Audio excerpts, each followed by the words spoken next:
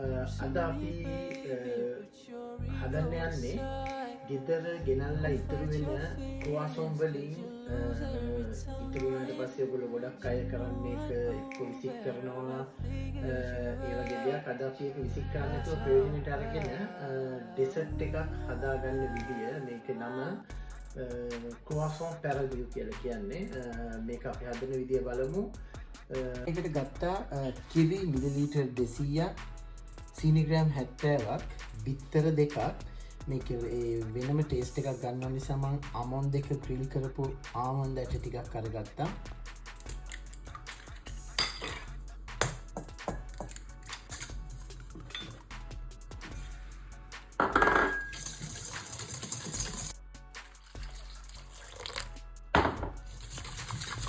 කුරක් පස්සේ අපි මෙන්න මේ විදිහට මේ ක්‍රොස්සන් එක මේ විදිහට අපිට කෑලි 6කට වගේ මෙහෙම කපා ගන්න ඕනේ. කපාගත්තු ක්‍රොස්සන් එක මෙන්න මේ විදිහට පෙඟෙන්න තියලා අපි පැය භාගයක් පැයක් වගේ තියන්න පුළුවන් නම් වැඩිය හොඳයි. ආමන්ඩ් ඇට ටික මෙන්න මේ විදිහට කුඩු කරගන්නවා. කුඩු කරගත්තු ආමන්ඩ් ටික දාලා එකපාරක් මේක හොඳට මික්ස් කරගන්නවා මේ විදිහට.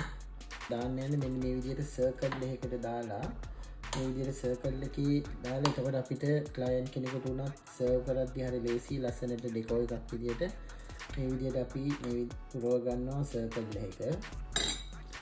මේ විදිහට හදාගත්තු පාන් පැරදු එක එහෙම නැත්නම් ක්‍රොස්සන් පැරදු එක අපි oven එකේ විනාඩි 10ක් 12ක් අතර කාලයක් කුක් කරගන්න. මේ ටිකට ඩ්‍රෙස් කරන්න කලින් සර්කල් එකෙන් ගලවලා අයින් කරගන්න ඕනේ. මීට කලින් මම පෙන්නපු මම හදපු රොසෙට් එකක් තියෙනවා. මේක කැරමල් බර්සැලි රොසෙට් එක. මම ඒක තමයි අද යූස් කරන්නේ. මෙන්න මේ විදියට ලස්සනට වටේට